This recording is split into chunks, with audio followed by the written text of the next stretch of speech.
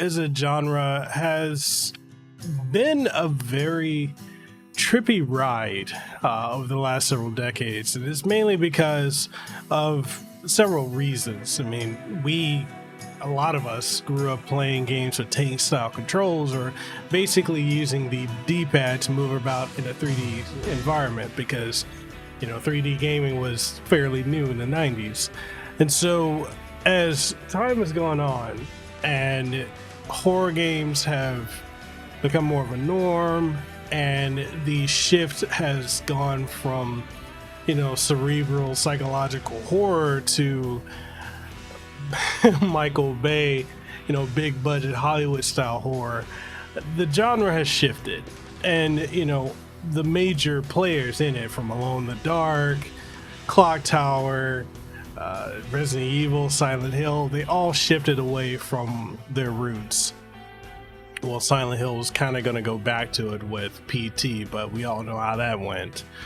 But I would say the last true survival horror titles from established franchises was Resident Evil, well, I hate saying Zero, but technically Zero, Remake, Code Veronica, and from Silent Hill, we got 2, 3, 4.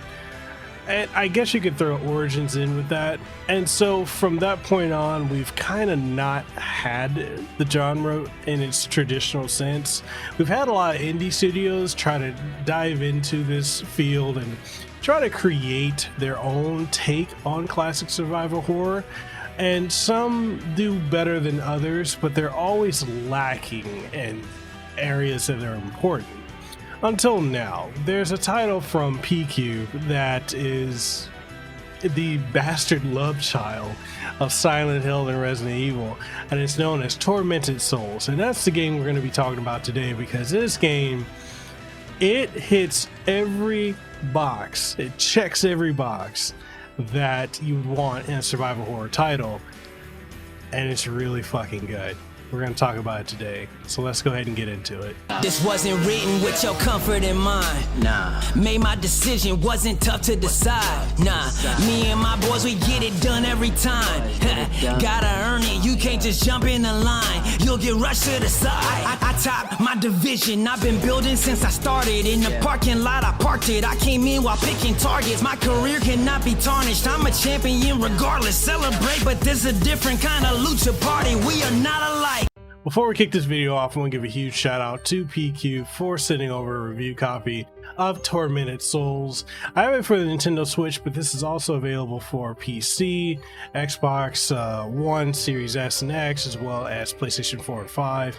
And this is a title I've seen a lot of people cover, from my friend Avalanche Jared, as well as other people like Boulder Dash and Nitro Rad. And a lot of people in the survival horror genre have absolutely loved this title. And I'm finally have had the opportunity to cover the title myself, and man, I just have to say that this title really blew me away with what all it did, because you would expect it to just be like, I mean, of course, it is not the highest budget of an indie title, but for what they are able to accomplish, it's spectacular. And minus the model for the main character and the priest, you would be hard pressed to not think that this is a major survival horror title, because the environments look absolutely great.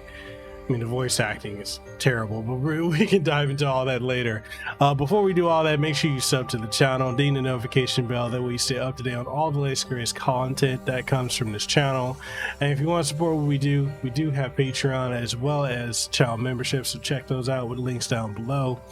Other than that, if you want to get some merch, Teespring, TeePublic are both available. But with all that being said, let's go ahead and dive into the spoopy.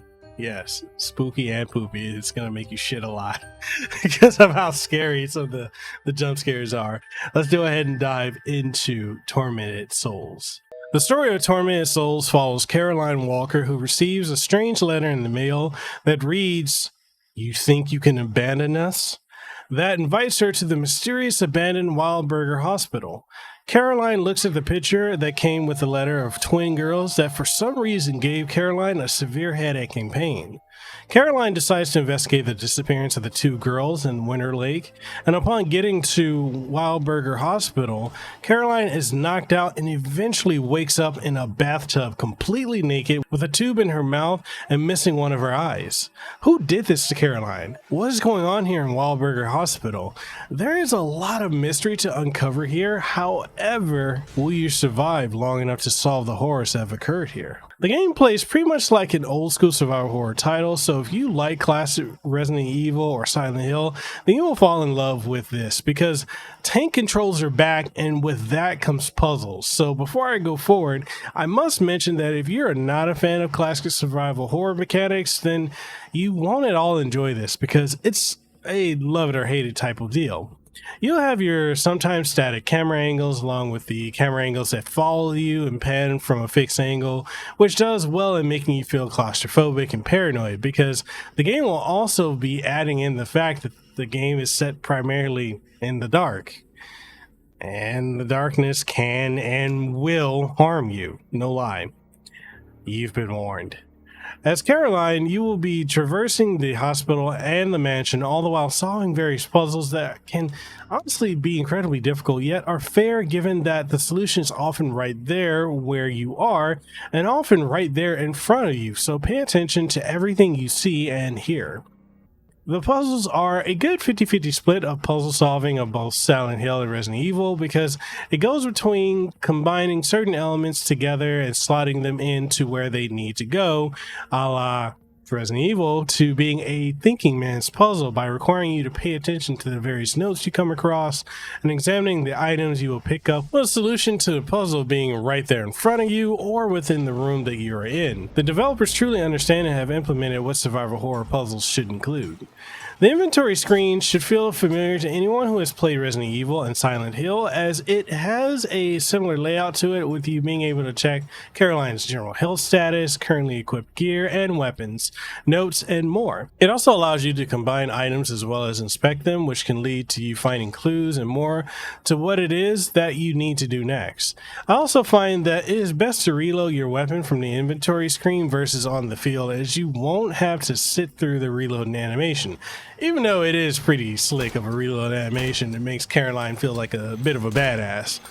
Unlike Resident Evil, there is no limit to your inventory, and items are compartmentalized into tabs you can cycle through, such as files, standard equipment, and the like. I spoke earlier about the game featuring tank controls, and while many may absolutely love that, especially those of us who grew up with the birth of the genre, others may find it cumbersome and be put off by it, and thus the developers gave us an option to have the left analog stick be specifically for modern 3D movement, allowing you to get around easily while the D-pad is used for the classic tank controls.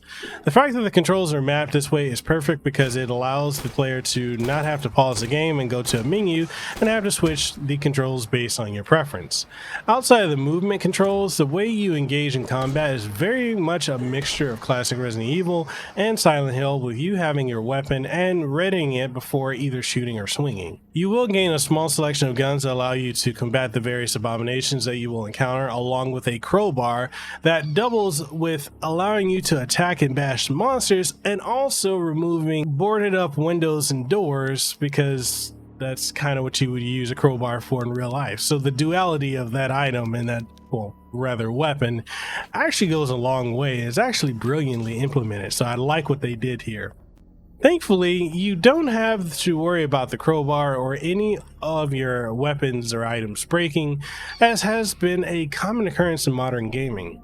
Given the nature of ammo and health items being relatively scarce, and the fact that enemies tend to hit you quite hard and can kill you in a few hits, I have found that the best option is to conserve your resources, like your ammo, by often avoiding encounters if you can, and if not, and you need to fight, then shoot the monsters until they drop, and then running up to them and bashing them with your crowbar repeatedly to kill them. What is great is that you also have the ability to do a quick backstep to avoid being hit, which, if you time it right, then you won't have much trouble with most normal encounters.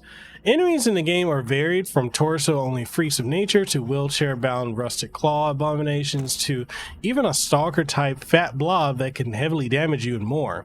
The monsters all play into the game taking place primarily in a hospital, with their designs being based on patients that look to have been experimented on in the most crude and disgusting ways possible and look to be in extreme pain. One of the monsters that I found a bit annoying was the stalker type enemy, because it can grab you and do massive damage unless you mash the face button to get it off of you. Yet it's not really worth your time and effort to do so, which leads to my point of annoyance with this enemy, being that you can entirely avoid engaging this enemy if you simply just leave a room and re-enter it, which will despawn it. You will know when the stalker is around because they have their own music that will play upon entering certain rooms, so if you hear that scary movie like music play, then just leave and re-enter the room and you're fine. Visually, the game is exceptionally gorgeous, and especially on the Switch, where it looks almost as good as its console and PC peers, albeit with slightly less details in the environments. So one of the things I want to add on to this review is talking about the performance for the Nintendo Switch version versus how it is on PC, PlayStation 4 and 5, Xbox Series S and X, and Xbox One. The difference is fairly minimal. I mean, graphically speaking, it doesn't look as, crisp and detailed as it does on the other platforms, but it does not look ugly by any means necessary. It runs at 60 frames per second, which is amazing, especially for a game running on the Switch, but also that could be because it's utilizing the Unity engine. So the one thing I do want to bring up, if you're playing this on the Nintendo Switch via portably or docked, you're going to run into a lot of instances where when you're going from room to room, the loading times are quite lengthy. They're substantially longer than what they are on the PlayStation platform, Xbox, and the PC platform. So if you've played it on there where you've noticed, like, you go from room to room, there's like not much of a delay, it's almost instantaneous, then factor in having anywhere from 5, 10, sometimes I've seen 15 to 20 seconds of, waiting for it to like load the next room, and that can get a bit annoying. So that's a negative that I want to let you guys know. Other than that, whether you're playing this handheld or you're playing it docked, it's still a phenomenal game, but you should know that going in that those issues do persist on the Nintendo Switch version. The environments are all incredibly atmospheric with how they look and give off the impression that real people once roamed the hospital and mansion, as well as the dungeons and other world that you eventually visit being believable that monsters are roaming them. You'll see each of the monsters have a lot of detail in them, with the exceptions of the stalker enemy, in my opinion. There's one thing that I find most definitely that I'd want to praise, then that would be the lighting engine used in this game, as it is absolutely fantastic with how it illuminates the environments and is realistic in its application. The one thing that I do find to stick out like a sore thumb is Caroline herself, and that's mainly because her character model is not that well detailed and looks completely out of place when placed in the various areas that you're running around in, and truthfully, she looks like she's from one of those hentai games you see advertised on those naughty sites that you go to. You know what I'm talking about, and don't pretend that you don't have that in your browsing history, because I know you got some not safe for work stuff there. I know. Ain't nothing wrong with fapping. Everyone does it every so often. When it comes to the audio in the game, the music and ambience along with the monsters all sound great. It's the voice acting that's terrible, although I believe that may have been done on purpose or also due to a low budget with the devs getting whoever they thought could read the lines. Take your pick. The voice acting fits in with the way classic survival horror titles were back in the day, with the voice actors sounding god-awful and delivering lines in the absolute most horrendous ways possible, which unfortunately can pull you out of the experience. I want to give the devs the benefit of the doubt, because I do not think that English is their native language, as you will run into tons of typos and run-on sentences all over the place. And so maybe to them, the people that they got to voice the characters all sound like they properly speak English. I mean, you can tell that Caroline is voiced by someone from Canada because she says sorry instead of sorry. I gotta point that out, right? To my Canadian friends, hey, that's how you guys say sorry. I mean, not making fun of you. It's just every time I hear it, I'm like, you're Canadian. The droning sounds at play when you're roaming about do an excellent job of heightening your fears of what could be around the corner. And in many ways, it does more to create a fear of what could be that's more terrifying than what actually is there. And that is what excellent sound design is meant to do. With all that being said, is Tormented Souls a worthy return to classic survival horror? Oh, hell yeah, it is. Tormented Souls truly blends together the best of Silent Hill and Resident Evil into a complete package that scratches every itch one would have for a modern take on the classic formula. Is it perfect? Hell no. By no means, no. We've touched on all of its issues, from the poor voice acting to the character model for Caroline to even the story being nonsensical at times. And yet, none of that keeps this from being one of the best new titles in the genre. Will it bring in new fans? More than likely not. However, it will bring back a lot of lapsed fans of survival horror that have gone on to grow weary of the modern style of horror. And honestly, that's who this is for. There's no shame in that. If you've got a craving for some tank controls and spoopy atmosphere, then Tormented Souls is the game for you. And that's it. That's the review for Tormented Souls. Like I said, this game is amazing. I actually had a good time with it. And the thing that's funny is I love horror games and I hate them all the same because I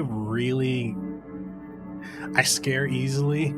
And so a lot of times when you have games like this that have, like this Silent Hill, Resident Evil, that have the ambient music that just sounds horrific, that will paralyze me in my steps.